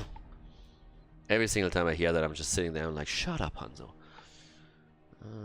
Stick that bow where the sun doesn't shine. Anubarak and Ana. Just talked about them. Yeah. 2 high priority picks, and now what do you pick there? Because I can bet that they wanna. I mean, right now, ooh, Malf. Okay, I was honestly thinking that they would think about like getting one of the majors, because again, Liming against the Anubarak is fantastic. It's a great counter pick, but on Infernal she doesn't get quite as much value. We still see the hero here occasionally, but I would say that if they do not pick Jaina, they should at least ban her out. I'm honestly a little bit surprised at the lack of Jaina in the last 2 games, at least, that we had there. I guess it's maybe understandable from LFT after Nestib just didn't really have the best game on Jaina in game 1, that they said, alright, we'll give you another hero now. Let's come down here. That's the Malthael ban. But is it going to be the Jaina ban? Yeah, of course. I mean, if you have the nano boost, you have the Anubarak engaged, and it's just a little bit too much. What are they going to get now? That is the big question on the other hand. Because again, when it comes to majors, you could play around Gul'dan. There's a couple of frontliners that we sometimes see with a nano boost as well. Ophia has been played by some teams. I mean, Granite, for example. Tai plays it. There's Leo. Oh, Ishmael Swiffer! And Gul'dan for Tobos. Alright. The man with a hunchback. And the big overbite. The dream for every dentist. Honestly, if you're a young doctor and you open up you open up a place and Gul'dan walks in, you're already like, okay, I'm a made man. I can work on that guy for the next 30 years and it's still not going to be done. But okay, Go Next. The Bird and Blaze. Alright, alright, alright. So Falstad actually, together with Blaze, yeah, it's a little bit... okay. Honestly, not quite what I expected here. The Falstad pick. But fair enough, so they have a global that they can play around with this. On the other side, we need a bit more damage too. We can't only play with Gul'dan here, but I like the wave clear that they have on Gul'dan and Leoric. They could add a bit more now for the mix. Blaze, of course, great wave clear for the other team. You have Hanzo and Falstad with a good boomerang. And there's the Thrall pick. Alright, triple frontline for them right now. Game number 4, ladies and gentlemen. Can LFT force the 5th and final map? Or is Go Next going to shut them down right now? We're going to find out on map number 4. Game number 4, LFT against Go Next. The best of 5, and on the left side, Masquerade on an Uberak for the French team. The Baguettes with Ana, played by Banana. Banana's playing Ana because nobody banned Banana against Ana, or the other way around, something like that. Dequaz on Leoric, Tobos on Gul'dan, Nestip on Thrall, and over to the right side, we have Kelvin on Hanzo, Skynox on Malfurion, Toulouf on Blaze, Wit on Garrosh, and Galaxy is playing Falstad. Alright, so no Banana strategy in this game, which is why Banana got Ana. But let's see if he can actually put it to good use, especially with that Nano boost later on in the game. Talents, doesn't really come as a shock here that we have an Echo of Elements this time getting picked. Would have been really shocking if he went for Trash Lightning. I mean, that talent is more or less reserved for Battlefield of Eternity and Volskaya Foundry. Okay, besides that, we're now also having the Wingman build again for the bird. There is going to be quite a bit that they can do with this. It's actually interesting because with 3 heroes at the front line, I could have totally seen him go into the Seasoned Marksman here. We've seen, was it Hazops that played that build lately on this map? I actually can't quite remember. We see Falstad a lot more these days. But yeah, with 3 heroes at the front line on those shrines, I could have definitely seen him go for a bit of a different setup with this. But I mean, either way, it's all a question of can you get those kills in later? Can they get something out of that combo with Garrosh? And how much is Tobos going to influence all of this? Because his damage output is something that they have to heavily rely on in these fights. And also of an objective, obviously. If he gets good stacks together, they have a chance to get the early quest completed. Rune's Affliction can definitely ruin their opponent's day. And let's not forget, I mean, as unlikely as it oftentimes seems for a team to take 3 wins in a row when they're behind already, once that you're taking the first one and the second, you gain a lot of momentum in these games. And that's something that you can definitely bank your hopes on. If you're 2-0 ahead and all of a sudden you have to play a 5th map against an opponent, that is a little bit soul-crushing. It's really hard to recover from that, from a mental perspective. So let's see if Go Next is able to pull it off here. Because they're gonna have to dig deep. You have to dig really deep for this one. It's a cool map, and as I said, if we see a 5th map, then I want to see DOE. Always a great finisher. A lot of brawls, a lot of fights. I love that. But of course, we're getting ahead of ourselves a little bit here. Galaxy with a bit of damage. Triple front line, as I said before during the draft for LFT. The Baguettes, so far, doing well here, but this time not with the early kill. Neil Peasant taken for Leo. I've seen adjustments on this map with a Ghastly Reach on level 4, trying to get the extra synergy with a level 16 talent then afterwards, with a Royal Focus. And in this case, it is the Frostwolf pack for Thrall that we're seeing here. So it's all about the, as Trixler would say, woof woof. Top lane, Toulouf. Yeah, that is going to play a big role. I mean, when you have the oil spill the entire time, there is so much that you can get in terms of control over the objective. Once that it spawns, especially then later on with the talents, it is honestly annoying to just wade into that little inferno that he's creating there. And they're actually also starting to time the camp, and especially with Galaxy, they have a chance of delaying that even further. Currently at the bottom of the map, we're having Nestip sitting in position against Garrosh, but both of them are now forced towards the shrine, and the first one is activating. Time to shine, baby! That's what we're now going to for. Up to the top lane, a twofer. Yep, Toulouf and Galaxy are both pushing this out, trying to take down the Shaman as quickly as they can. But now Falstad has to reposition himself towards the middle, and there we go. Who's going to get the first Punisher in this game? Already a lead for LFT on the stacks, but quickly the gap closes as Go Next is now committing. There comes Leo, starting to move in. Wants to have the swipe and gets it. 16 against 13 right now. Weight a little bit low, but still fine. And they're making the plays at this point. Both of them on level 4 abilities. No level 7 in sight for either one. Shaman Camp at the top, pushing for LFT a bit more aggressively. No kills just yet. But here comes the attempt to drop the first one. Garrosh is a bit low, but he gets the hit in against the Nubarak and barely surviving. Toulouf misses the jet propulsion as he's trying to fly after him. And here comes Khaldor. 14 stacks for him already. It's a close call here on the objective, but who's going to take it? A lot of wave clear that we're having for the blue team. LFT is trying to take it right now. 34 against 36. Down goes Leo. They have a chance. 36 against 36 stacks. 38 against 37. And there's the Punisher for the red team. They lose Hanzo in the process, but they still take the objective. Khaldor with a good kill against the man with the bow. And now 18 stacks for him too. The pressure through the middle. Obviously, Leo is already back. And they are starting to make their plays now. Heavy aggression build from Nubrak, who went straight into the subterranean shield on 7. And before that, Under King on level 4. But yeah, they break through the wall, at least slightly, and move out of harm's way. Thanks to the kill against Hanzo, there wasn't really too much that the red team could do here. They're still looking fine. Level 7, by the way. The Hunger for Power taken on the side of Khaldor. 10 stacks for Wit on his level 1. As he's starting to get those stuns connected. He's currently doing pretty well on his Warbreaker here. He's going to get those additional cooldown reduction in just a little bit.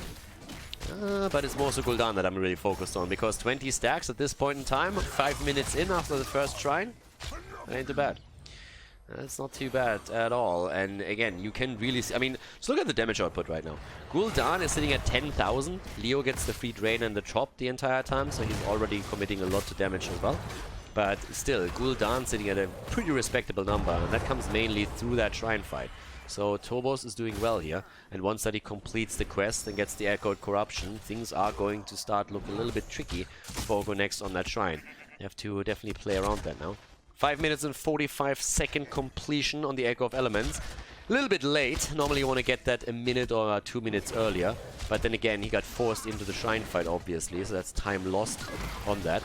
Still the build here with the Boomerang on Falstad. I mean, it has to be expected.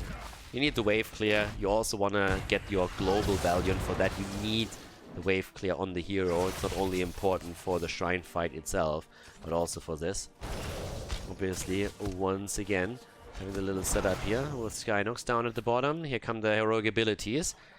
No surprises here, at least not for until now.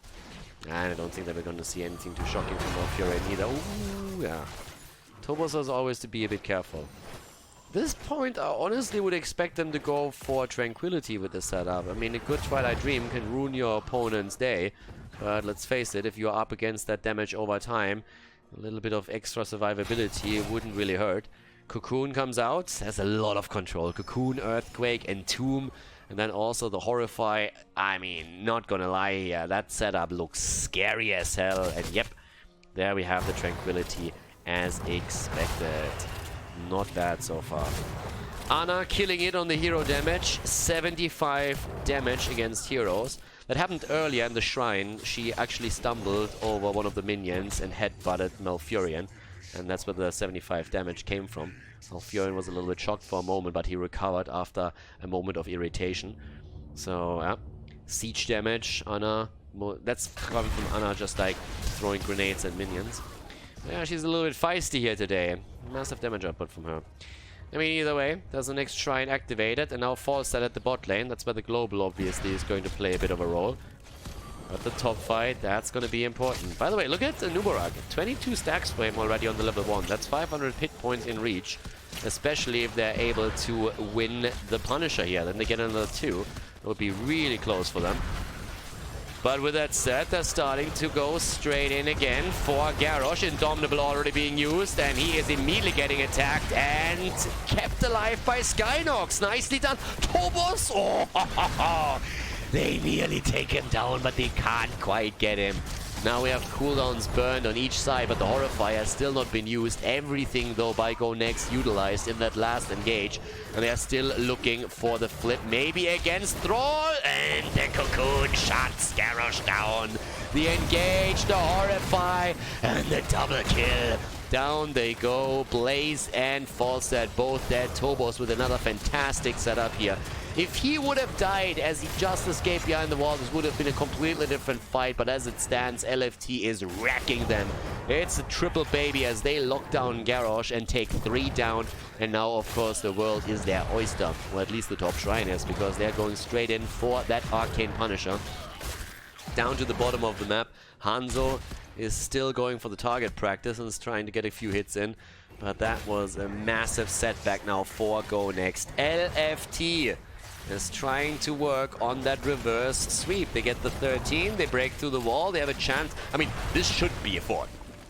This should be the fort right here. And we're already seeing them with the acid-drenched mandibles. So a little bit of extra damage here that we're seeing from Anubarak now. Arrow, and it's a big boy arrow. Woo! And they take the fight. They take the fight and they take the kill. There's a gust just as the nano boost comes out. And that nano boost didn't do jack shit. Nestib is also low and he's eliminated. Just as it looks as if Go Next might lose all momentum in this game, they take 2 kills. Yes, they lose the fort, but that was a very, very good answer against their opponent here. The big boy arrow from the other side. Talking about big boys, Galaxy is moving away from the entomb. That's always the problem when you entomb someone that has still an escape button left, right? Kelvin, be careful. That Punisher is looking for action right there. Yeah, that was a European arrow at the top lane. That was definitely an EU arrow right there. Either way, 29 stacks now for Anubarak and for Gul'dan, by the way, coincidentally. So Anub is going to get those 500 HP in just a moment. But look at experience. We're actually seeing Go Next taking a slight lead. Have a slight lead with the setup right now. Again, a throw, a quick stun. Quest obviously completed for Wit. Did a great job with that early on, as I said. Anubarak now with the extra HP, as pointed out. And there comes the engage again. Indomitable, but Entomb, and bye-bye. Oh, maybe? No. Nah, he's still gonna fall. Or not! Okay. The arrow again. Nice save. Kelvin. Honestly, Kelvin is rocking it. I mean, Kelvin was playing incredibly well with Li Ming in the games before, and now in Hanzo he's also done a pretty nice job. That arrow towards the top was great. Wait, this time though, this time he's down, and look at Malfurion. Yeah, he doesn't look too good either. Kelvin completes his quest. I don't think they can take him down, but Malf has absolutely zero chance of surviving here. Fully body blocked. Fully body blocked. And with both of them down, the camp is taken, but obviously topside. That's a little bit of an issue, since we're at this point currently having the attack straight towards the fort. Having a bit of a look at the damage. I mean, Ana again a little bit bumbling around here. Rumor has it that she has a little bit of a drinking problem these days, so she stumbled a little bit more, headbutted a few more people. Is now on 725 damage, so headbutted another 9.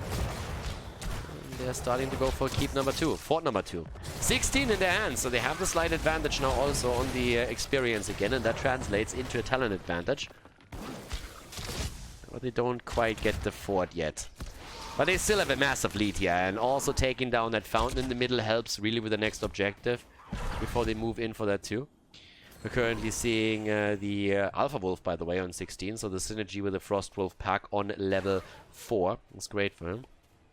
16 talents, amongst other things, gives us now also the Juggernaut plating.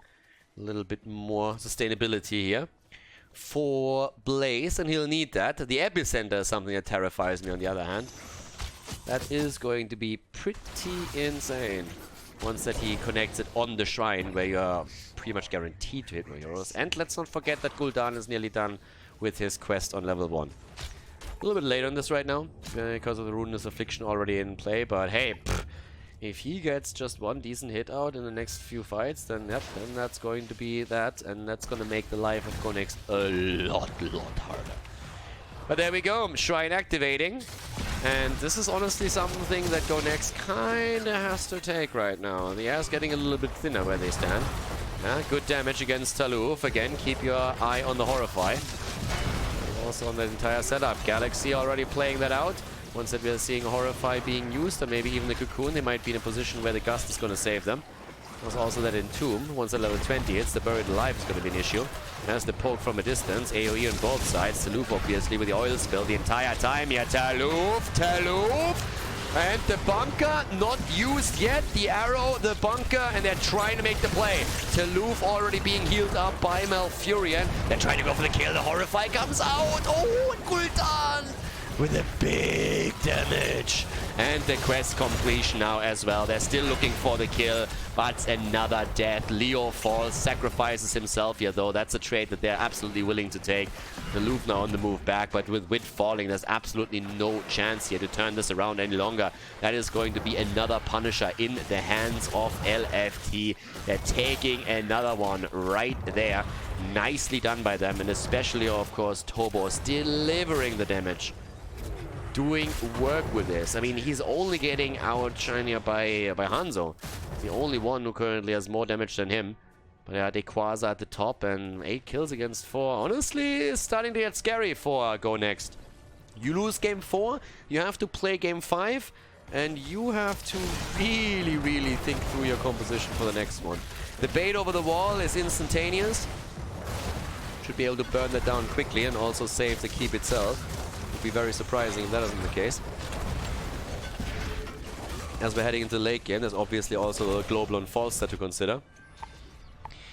But still, Galaxy just didn't really have that impact yet when it comes to experience with the global, so they weren't always into the fights here. It's just that damage output that we're seeing on the other side. And honestly, also the ability to always keep the target alive, no matter who it is. That was honestly something, to get the kill against Malfurion, Wit then falling shortly after. And there were so many heroes that nearly fell, but still. It is LFT right now, it's all LFT. The first 2 games really looked like LFT would be just hammered into the ground. But this is a very, very different game now all of a sudden. A very different series. There's the throw, there's the stun. And Cocoon, actually, Indomitable saves it. Alright, nicely done here. But the Horrify again. The arrow comes through. Wit is already down. And again, they're saving Tobos. Tobos is every single time so incredibly low, but they cannot get that kill. Nice attempt here by Hanzo to get out. Hanzo, Kelvin. Oh, and he dies. Kelvin goes down, and LFT is just murdering them at this point. They are absolutely murdering them here. Yep, there we have it. We're already gonna see the level 20 in the hands of LFT, and that should be the keep in the middle. They're gonna go straight for the move here, and again, buried alive, the nano infusion, you have rewind. Honestly, there is just nothing on level 20 that can even match that, and they're going for the core. They're just going for the core here. Falset is going to have the gust ready to gust them away once, so I'm not sure if they can actually finish this one out. I honestly doubt it a little bit if Falset gets a good gust off. Needs to get a decent position though if he wants to go for the gust. There's 60%. They go for the loop again. Gust doesn't hit everybody here. 60%. Big boy taunt. Big boy taunt. And the Cocoon again. They're trying to right-click this. Galaxy is low. Core is on 40%, 30, 20, and that should be it. That is game 5 as we have LFT take Infernal Shrines against Go Next.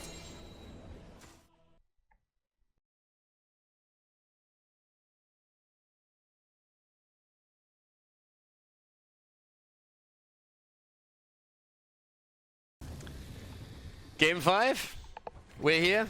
We are here. Dragonshire is the map, and yeah, Go Next is at this point at a slight disadvantage, psychologically speaking, because they just lost 2 maps in a row after having a significant lead and looking at that series and thinking like, boys, we got this. Now you look at that series and saying like, oh shit, where are we right now? Map 5. Dragonshire is the map, and they picked it. Go Next. They picked the map. So, well, we have currently LFT with the insta ban against Tyrael. Let me think, what are they going to ban right now? Could it be Diablo? Oh my god! I'm so good at predicting bans. So yeah, 5th game in a row, 5th ban against Diablo, and now for the 3rd time in a row we have LFT banning out Tyrael. If they win this one too, then you can bet your ass that we're going to see a lot of Tyrael bans against Go Next in the future. Obviously, this is now Dragonshire, so when it comes to the off lane, you have to consider Rexa. He still reigns supreme on the top lane on this map. Might even be banned out. But the Nubarok ban first of all. Maiev, Zeratul, Ana. All still up. Yeah. Have fun making a decision here. I guess they could ban Zeratul and just let Maiev through and say, you know what, just get Zeratul out so that there's no combo that can kill us, but yeah, with the rest we can deal. We'll see. And it is Maiev instead. Alright. Time to shine. LFT. Zeratul, yes or no? Zeratul, Rexa, both good first picks. Ana, another pick. Zeratul. Alrighty, there we go. Zeratul taken.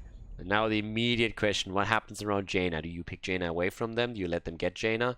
This time you can't get Tyrael for the Sanctification. So it might be the safer play to take Jaina for yourself if they have a Jaina player there. Obviously, Go Next has to also think about Rexa at this point. Top lane. And Ana.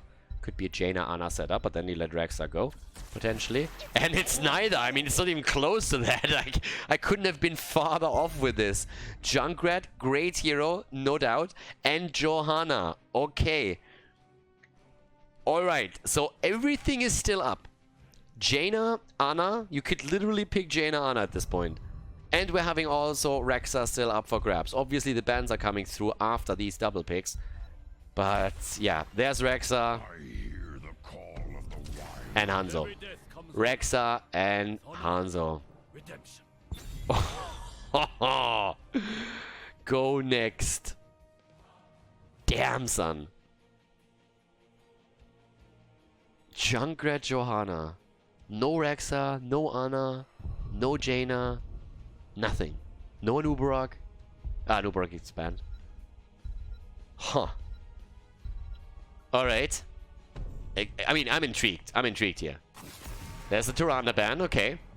They ban out Tyrande, so they don't want to play her either. Which leaves... I mean, at this point, I'm actually scared to predict anything here. Obviously, Rhaegar is on the map also another option, since you have a lot of camps that you can take with Rhaegar's help.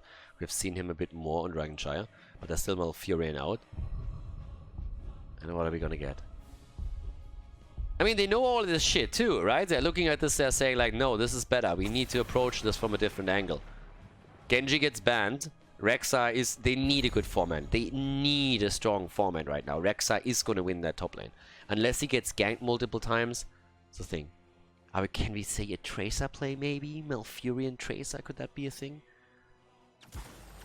Yeah, Malfurion Tracer. Indeed. Malfurion Tracer. Let's see if the cavalry can win this now. Go Next.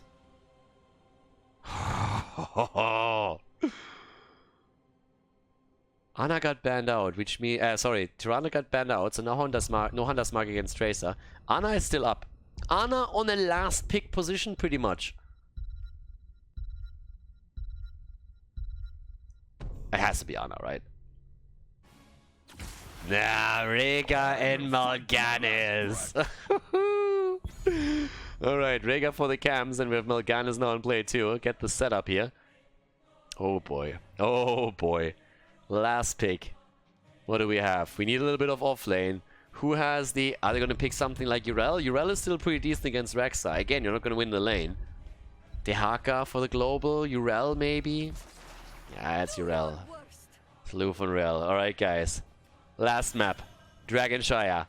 Here's the setup. Stage is set. Game on. As we have LFT against Go Next. The final match of the best of 5 series here between the two rivals. Game number 5, the final map. It is time. The entire series comes pretty much down to a best of 1.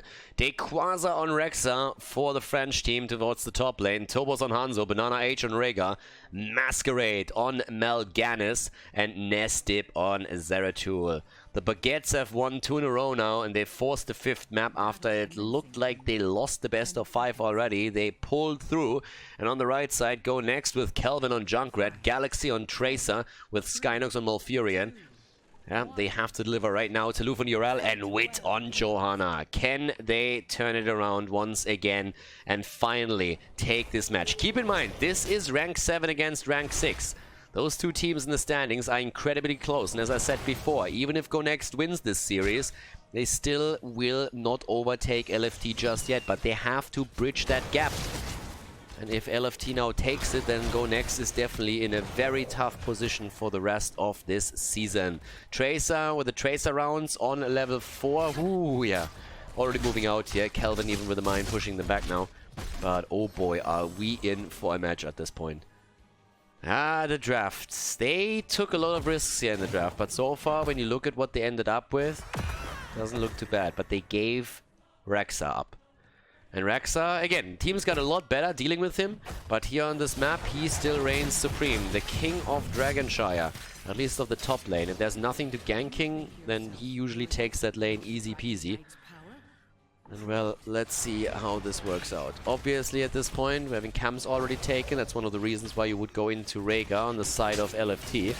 Yep, there's that lightning shield once again. Banana H. It's actually, is he called Banana H or Hanana B? One of the two.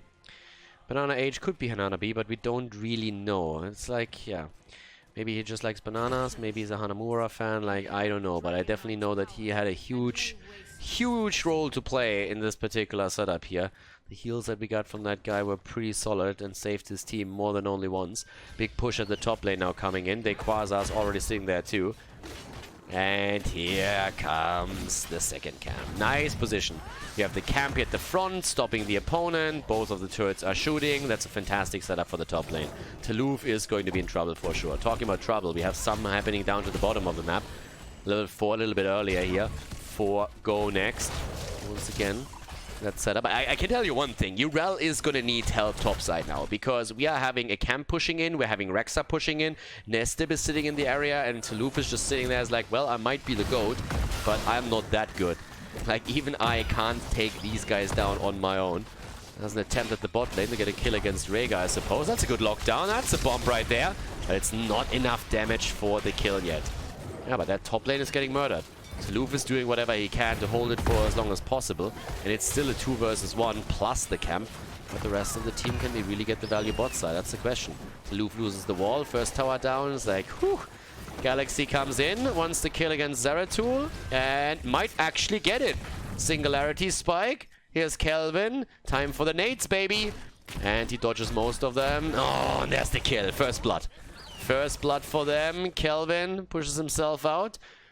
Double control on the shrine, on the other hand, forces them to at least leave one hero in the mid lane so that they can deny the Dragon Knight if it's about to be channeled. But with one kill, they can at least now attempt to reclaim one, and that's the one at the bot lane. Wit is actually in trouble at this point. Wit goes down. Move to the top to get closer to Skynox and receive the heal, maybe even the block. But it didn't work out for them. And this is starting to get dicey. Ah, kill for a kill now, but the constant pressure thanks to those 2 shrines. And if you lose the 4-man, then you are in a world of pain for that same reason that we pointed out from the get-go. Rexa topside is going to win this lane. Occasionally Rel can take it over, as we see here, but give her a minute and we're gonna see her lose this one again. There's at least one hero in the middle. Kelvin attacked, singularity spike, pushed back, and yeah, nicely done. But Kelvin nearly fell. Kelvin nearly died to this. Tracer, on the other hand. Good job, Masquerade. That saved Nestib.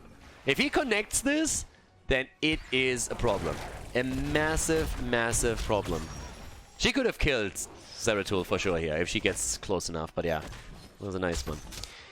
Urel, by the way, with the ungankable talent on level 1, going for the Divine Steed here. Well, I'm talking about ungankable. In this case, he uses Divine Steed. He might still fall, and it looks like he will. Too much. Oh, get wrecked. That's why you pick Divine Steed in this case. Taluf actually survives. At the bottom of the map, the fights also continue. That's the 4 versus 3 setup. Lockdown, damage. Can they get a kill? Masquerade is low and puts everybody to sleep. He's always having this internal duel with Deckard Cain, the 2 of them really fighting about who's more boring. And Taluf! Wow. Taluf is able to get the kill here. Now Quasar's gonna die, isn't he? Yep, he's gonna fall. Unbelievable. Taluf with Urel and the big boy plays down at the bottom of the map. Kelvin is coming in to deliver another blow. Guys, they just lost 3 heroes and they might lose another one. They are absolutely rocking it right now. Taluf with the Urel performance at the top, just 2v1. If you count Misha, he 2v3'd. And then he was also able to give his team the Dragon Knight. This is honestly a massive, massive push into the head. I mean, that's a slap in the face right now. Push in the head, slap in the face, nearly the same thing. It's like hot butter through cheese. We'll take it. Either way, it hurts. Bot lane, level 10, 4 kills against 1 now. I mean, you get the Dragon Knight, you have the level 10. This is where they're trying to find the value right now. Oh boy, the French. look good. But at this point, can they recover from this? Again, it's early. It's still early. But that's obviously quite a bit of momentum that we're seeing for Go Next. I honestly want to hear voice comms at this point. There's probably a lot of hype going on with them right now. At least I'd be hyped. I can tell you that much. Already, forwards down. Tracer can easily move away from this one. Well, there comes the sleep setup. Turbos wants to kill. There's a rip tire. Ooh! Oh, and this... did he just have 3 HP? Did I just see that? Were there 3 HP that we had on them? Skynox down? And they can get the kill against Kelvin? Yes, they get it! And Tracer, Galaxy trying to get out there too, and it all started with Rhaegar pretty much having 3 hit points. Galaxy dies, and that's 3 kills. They're all over the place, guys. Left, right, right, left. 3 kills here, 3 kills there. 4 against 4 now. What a game already. What a game. Unbelievable. Rhaegar with a self-heal after he had 3 HP, and that turns the entire fight around. The rotation comes in and they lose 3. Oh my god. Alright. Alright. It is a game on our hands here. The series was fantastic so far, and it is just continuing the exact way that it started. Again, the push out. As we're seeing them go for the play here. Wit, they need to try and defend this. The camp control from LFT has been strong this game.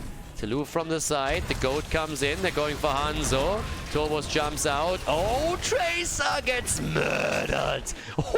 90 hit points as the grenade connects. But Hanzo doesn't fall. Arrow, baby. Whoop, whoop. And that's the end of Urel, is it? Maybe not. No, Taluf is still there, had the ult, but there's the cleave, and that is the kill. Against the goat, down she goes, and well, that's 2 heroes eliminated, and that should also take out the fort. Well, actually, to be honest, the camp is gone. So is the wave. We might have to back up from this. And indeed they do. Still a tiny lead, but I mean, look at the situation right now on the map. Both of the teams still hold on to all 3 forts. We have 6 kills against 4, but experience is pretty much identical. This game, worthy of a 5th one so far. Definitely worthy. This game could lift Thor's hammer, I'll tell you. Down here, Siege Giant's already about to fall, and, well, 20,000 damage is mostly Junkrat that delivers here. Having 2 kills so far against Tracer. And again, Taluf at the top. Jumping around. Hoppity hop, little god. Still the attempt here to cover the mid lane. They're going for the top lane more so than anything else. I mean, both of the teams are looking at the camp right now. Wit is double-checking it, but Zeratul has already claimed it. After the top lane, Galaxy is now moving in against Misha, but obviously Nested is also closing in. The fight in the middle, trying to push them back here. They have taken over the shrine on the other hand, so they don't have to go too deep here at the bottom of the map. Yep, there we are, top side, once more. Galaxy needs to be careful, he's not the only one. Taluf gets attacked too, down at the bottom of the map. We're having Johanna currently taking the shrine again, just out-rotating. Rotate bottom, rotate top the entire time. Try and get one temple, one shrine while your opponent fights for the other one. 13 talents are in for both teams. The deep sleep is now in as well. And the push again towards the top. Taluf, 4 seconds for the ult. Ooh, and he's in trouble. Yeah, he's down. Taluf is down, and now we're going to see the fort fall. They're gaining the momentum right now. The French team on the aggressive move forward. 7 kills against 4, looking strong and stronger. And Zeratul obviously is going to hit that late game where he can work with the Void Slash. Yep, Go Next is starting to lose ground. And a lot of it at that. That little fierce battle between the two teams, that little rivalry that we have here, is starting to shift heavily in favor of the French. More kills, more experience, and maybe more win. We're going to find out soon. For now, they're trying to equalize the score in regards to objectives. But they can't take the Dragonite yet. There's still a little bit of protection here in the middle that is going to isolate that. Urel had to deal with the camp here and is doing her best. But the rest of the team is trying to prevent the decay. It's not happening. The Dragonite is taken. Rhaegar claims it. And there we have him, pushing through the middle. 2 forts are already down. Actually, I'm lying. 1 fort is down. That's the one at the top lane. They are obviously hoping to make it 2 at this point. Splitting Hanzo also down to the bot lane to escort that in even more. And if they take these structures and the experience, they will get 16 with it too. This is dicey. For Go Next, it's a bit of a disaster. We could see the reverse sweep. We honestly could see the reverse sweep. And after the first 2 games that we saw played from LFT, I didn't think it was possible. Not the way they played. Yeah, here comes the setup. And Quasar pauses the game as Masquerade is actually just sitting there and taking a beating. So he didn't move for at least 3-4 seconds. Honestly expected at this point they're just going to let him move away. Obviously there's some kind of problem that he's experiencing. The mid fort, by the way, still stands, so that one hasn't fallen yet. The one thing that is, of course, a bigger concern is that now with the push down to the bottom of the map, we're having the 16 so close that this could definitely be another one of those instances where we have the setup. By the way, Misha is going just for a little bit of skydiving, apparently what it seems. Bungee jumping without the rope, some of these things, but yeah. 5 versus 5 at the bot lane. Heroic abilities are all still up, and if you take a fight, it's honestly going to be this one. Because right now there might be a Dragonite here, but it's also Rhaegar. So if you're able to get enough damage on a single target, maybe with a good Twilight Dream, we have no Tranquility here, then there's a chance that you can force either Rhaegar off the Dragonite so that he can get the Ancestral out, or you get a kill quick enough that it doesn't even matter, and then you take the fight from there before he can punt you away. But once 16 is there, they have to try and fight around this, and this is not going to be easy for them. So this is a setup where you can try and force that battle before your opponent has the talent advantage. But if you wait too long right now, you will have to play defense for quite some time, and that might be something that they're going to prevent here. It's obviously a bit of a question how that drop on Masquerade, as Mal'Ganis is now sitting here, is going to affect things. Because there could be an agreement that they're just saying, alright, we'll agree that we're just going to let him move away here. But we're going to find out in just a moment as both of the teams are getting ready to resume the game. Back to business, at least for a second, but problems on Mal'Ganis for sure. Masquerade having trouble, and in this case, they just continue the fight. Down goes Mal'Ganis. Go Next is going for the hit. And right now, the disengage from LFT. Incredibly unfortunate for them here. Mal'Ganis, Masquerade disconnecting from the game, having some trouble reconnecting too. One of the reasons why we already unpaused the game here without him even being in there. The kill is in, and right now Go Next is obviously going to try and get some momentum. At least they were able to stop the onslaught from LFT. To be fair, LFT stopped it a little bit themselves. They have the early level 16, but they're 16 now on the other side too. Yeah, it's an unfortunate situation. Game number 5, and then you have a problem with the disconnect. That's always a huge problem. And Masquerade is back to business. So he's back on his hero. We're still seeing the massive advantage in structural damage from LFT. It's rough. Honestly, with level 16 talents, Zeratul Void Slash alone is a huge thing. And then, obviously, next to that, we have at least the Endless Nades. Here comes the attack against Wit at the bot lane, and that's a big commitment there. Nice push by Kelvin, trying to save him for a little bit longer. He still has also his level 10 ability, but there's already a fort destroyed at the bottom of the map. Structural advantage is a big one. But yeah, in comes the moment where we could still see Go Next turn this around. They are under so much pressure here, and I mean, again, in experience it doesn't really look too bad for them. It's honestly just that structural position that we have. And yeah, it's dicey. I mean, it's honestly tricky. We have Feign Death now, obviously. We're also having the synergy with the Earthgrass Totem after the Colossal Totem on level 1 for Rhaegar. So he has that talent synergy now completely unlocked. Blind as a bat also taken here. And Urel, top side, still pushing this out, but they need the 5 versus 5. They know that the camp at the bot lane is being attacked here. They need to do something about it, though. They need to go down for it. And Urel is just saying, you know what, guys? I still have my my thingy. What's the level 7? My Divine Steed. And can rotate between the lanes. We can get some experience, and they're going to lose out on some. So let's just try and play around that and wait for the shrines to pop up again. And that's exactly what they're doing here. This game is clutch. I mean, this entire series is clutch. I still can't believe that we're in game 5. And now we're having that setup where we've seen everything here. We've seen disconnects, we've seen insane comebacks. Once again, Wit sitting here at the front, the shrines activating in 3. But the map gets opened up, and there's of course not only one camp taken, but the other one on the other side is also already getting attacked by Rhaegar and his friends. And yep, double shrine under the control any second now for the blue team. They have to fight. They need to find the fight right now, and that's Go Next, obviously. Wit is sitting there.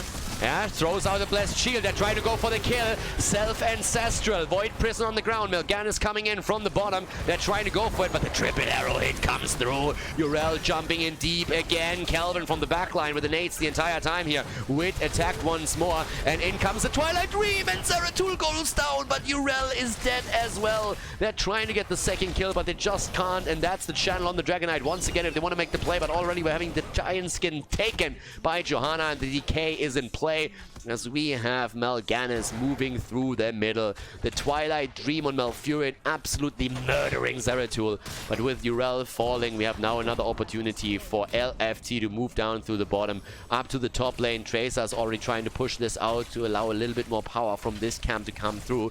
They need the experience as well, but it's all about the keep at the bottom of the map now as we are having LFT move in.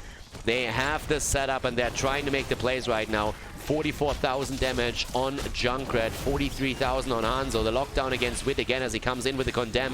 The Dragonite going straight for the keep and burning it down quickly. No chance. Not happening. This one's down, and now of course the opportunity to go into level 20, maybe a little bit quicker, but they're trying for the flank here. Blessed Shield is ready. They could go for Banana H. They can't find him here. They're trying to go for the setup. Dragonite needs to be careful too. Here comes the Blessed Shield, already used. The damage again against Banana H as the nades come through. Riptire, baby, and they can't get it. Instead it's actually Junkrat who falls. That was a stun against himself pretty much, and Zeratul took full opportunity of that.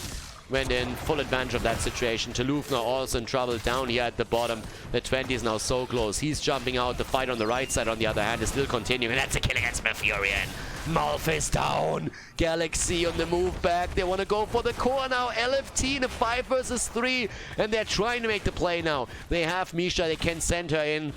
26 seconds until Junkrat is back, and this is a little disaster here. Galaxy is looking for an opportunity to get a kill somehow. Here comes the opportunity once more for LFT to finish this game, make the 3-2 a reality. The Ancestral for the second time as it feels in this fight, and Johanna is now also in trouble. The B-steps are already coming out as we're seeing the core fall. 60%, 50%. Galaxy's back. He wants the kill. He doesn't get it. 20's on the board. 1 kill, 2. Urel, Johanna both down. Rhaegar falls, but it doesn't matter. It's the full-on reverse sweep as LFT takes the game and takes the series with a 3-2 victory.